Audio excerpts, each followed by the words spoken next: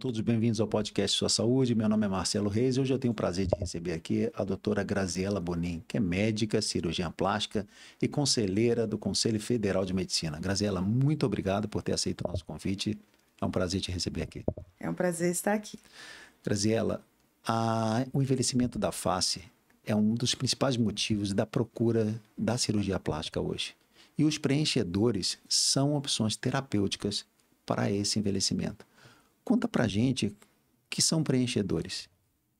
Excelente pergunta. Os preenchedores são substâncias que são utilizadas para dar volume em regiões que nós queremos que aumentem de volume. Então, o envelhecimento da face, ele é multifatorial. A gente tem uma perda da qualidade da pele, nós temos uma queda das estruturas, mas também, mais modernamente, se percebeu que existe um esvaziamento, então que existem sinais de perda de volume.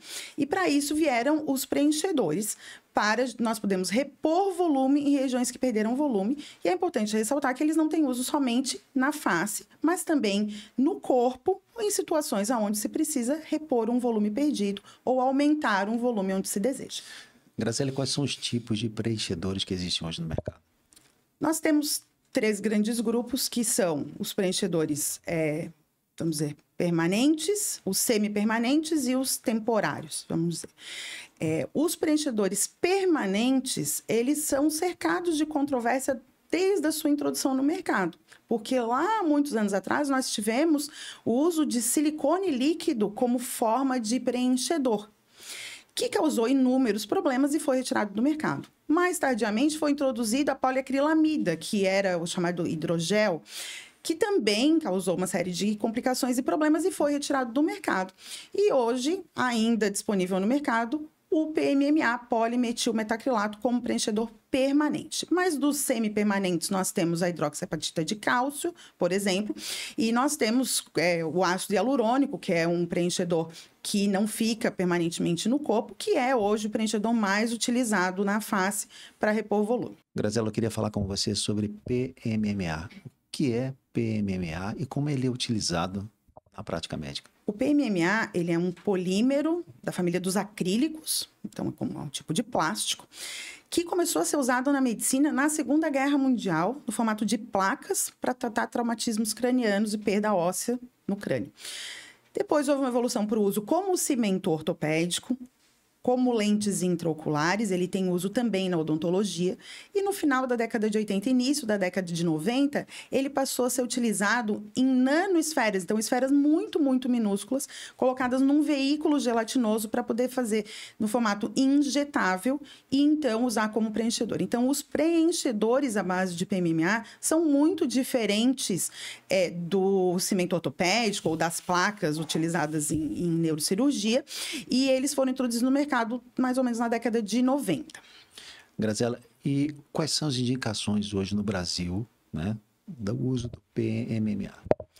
Apesar de um uso indiscriminado fora da sua indicação, a indicação de uso do PMMA é para o tratamento do paciente com lipodistrofia pelo HIV e no tratamento de pequenos defeitos para reposição volumétrica em situações corretivas. Essas são as indicações de uso que estão estabelecidas na bula dos produtos que existem disponíveis como preenchedores e são as indicações de uso ainda aceitas pelo parecer que o CFM emitiu, dizendo que em pequenas quantidades para fins corretivos. Graziela, quais são as complicações relacionados ao uso do PMMA como preenchedor? O PMMA, especialmente quando utilizado em maiores volumes, como vem sendo para aumento glúteo, que está fora das indicações de uso, mas está sendo usado com essa finalidade, ele tem, pela sua característica de ser permanente, uma incidência bastante elevada de reação inflamatória crônica. Então, o organismo reage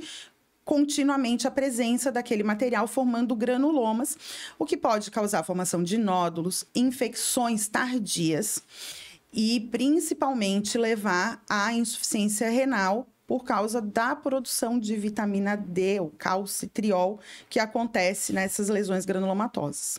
Graziela, e como é que a gente faz o tratamento dessas complicações? Este é um dos principais problemas, porque nós precisamos deixar claro que todo procedimento médico invasivo tem seus riscos, mas alguns são mais difíceis de tratar do que os outros. O tratamento das complicações do PMMA é extremamente difícil, porque como o material foi injetado num veículo gelatinoso, ele está entremeado aos tecidos saudáveis do paciente. Então, o tratamento é através do uso de imunossupressores para reduzir essa reação inflamatória, mas como o material não vai sair, esse uso de imunossupressores é contínuo ao resto da vida do paciente. E quando existem complicações mais sérias ou quando o volume de PMMA injetado é maior, o tratamento se dá através da remoção cirúrgica. Mas a remoção cirúrgica desse material implica na remoção de tecidos saudáveis. Então, é bastante mutilante o tratamento cirúrgico, além de bastante difícil tecnicamente, porque eu vou ter que tirar, se é na região glútea, por exemplo, eu vou ter que retirar praticamente todo o tecido adiposo da região glútea, porque o material está entremeado intimamente. É como se nós pegarmos um travesseiro de espuma e jogarmos uma garrafa de café ali, e agora eu te digo assim, tire o café, mas deixe a espuma. É impossível. Graziela, a gente tem relato do que o PMMA causa insuficiência renal e até falência renal. Conta pra gente como é que isso acontece. Porque a formação dessa reação inflamatória, né, principalmente onde há grandes volumes de PMMA injetado, ela faz granulomas, né, que são um tipo de reação, e os granulomas eles têm a capacidade de produzir calcitriol de forma ectópica. O calcitriol, que é o último estágio da vitamina D. Isso pode levar a um aumento do cálcio circulando no sangue, então uma hipercalcemia, e essa hipercalcemia causar lesões renais. Então, e existem casos relatados, inclusive, de pacientes que precisaram ser encaminhadas para transplante renal e de óbito relacionado a essa insuficiência renal pelo PMMA. Qual é o posicionamento das sociedades médicas e do Conselho Federal de Medicina em relação ao uso do PMMA? As sociedades de especialidade, especialmente de dermatologia e de cirurgia plástica, que estão intimamente relacionadas ao tema, vêm há muitos anos emitindo alertas sobre o uso dessa substância. Já haviam contraindicado o seu uso com finalidade estética há pelo menos 7, 8 anos. E como vem, infelizmente, ao invés de diminuir o uso da substância com esses alertas, que foram feitos também pelo CFM, o uso vem aumentando. Então, mais recentemente, a Sociedade Brasileira de Cirurgia Plástica, agora no ano de 2024, se posicionou a favor do banimento da substância como preenchedor, por entender que os possíveis benefícios, as possíveis indicações não superam os riscos que a população está sendo exposta.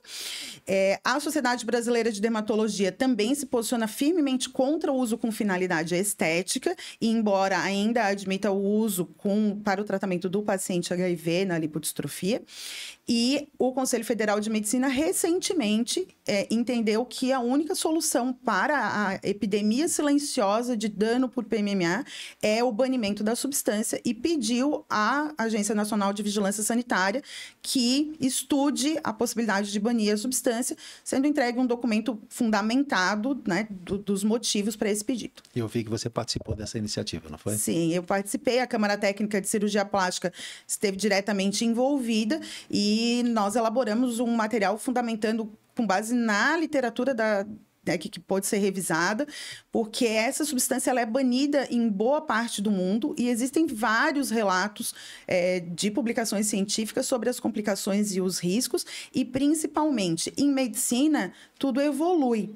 Ninguém está negando a utilidade que o PMMA teve no passado, mas a medicina evoluiu, nós temos preenchedores com melhor perfil de segurança, então o que se entendeu é que nós devemos oferecer a todos os pacientes, inclusive ao grupo dos pacientes com lipodistrofia pelo HIV, preenchedores mais modernos e com melhor perfil. Graziela, qual é o posicionamento do Ministério da Saúde em relação ao uso do PMMA?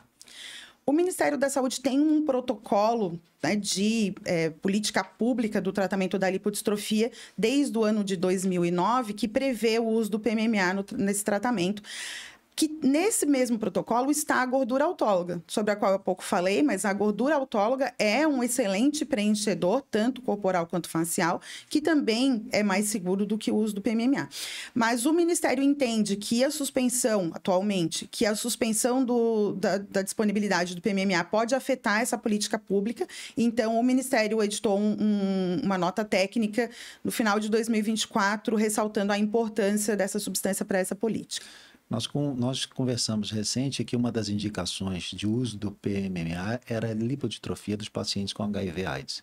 Existe uma alternativa se for banido o PMMA no Brasil? Sim, existe a alternativa da gordura autóloga de imediato, porque ela já faz parte do mesmíssimo protocolo, então os pacientes não ficariam desassistidos. A hidroxiapatita, o ácido polilático e o ácido hialurônico, que são preenchedores com um perfil de segurança melhor, principalmente por não ter essa característica de permanência, né, para toda a vida. Mas, principalmente, nós precisamos olhar para o mundo. Como o mundo trata lipodistrofia do HIV? Não é usado em nenhum lugar do mundo. Os Estados Unidos têm um preenchedor à base de PMMA registrado no FDA, mas ele não tem autorização com este uso. E no estudo que nós fizemos no CFM, nós encontramos 2 revisões sistemáticas que tratam especificamente do tratamento da lipodistrofia do HIV.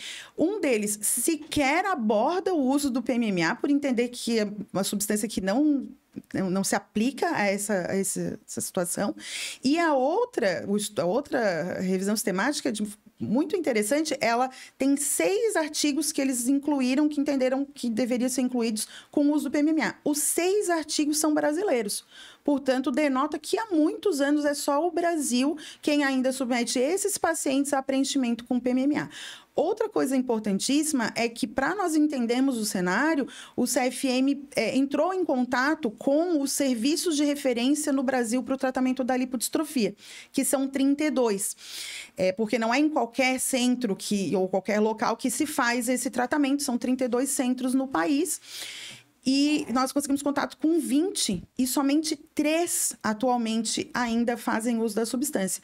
Além disso, os antirretrovirais, que são essas medicações para o tratamento do HIV, atualmente praticamente não causam lipodistrofia. A lipodistrofia ela era trazida por antirretrovirais mais antigos e os antirretrovirais modernos, eles praticamente não causam lipodistrofia. Então, o grupo de pacientes que pode vir a precisar também é muito pequeno. Graziela, a gente está chegando no final do nosso podcast. Eu já queria deixar meu agradecimento por ter aceito o nosso convite. Eu queria que você deixasse um recado para quem está nos assistindo agora sobre esse tema importante que são os preenchedores na cirurgia plástica, em especial o PMMA. É muito importante que nós entendamos a diferença entre popularização dos procedimentos invasivos médicos, a que é muito bem-vinda, da banalização dos procedimentos médicos, que é perigosíssima para a saúde das pessoas.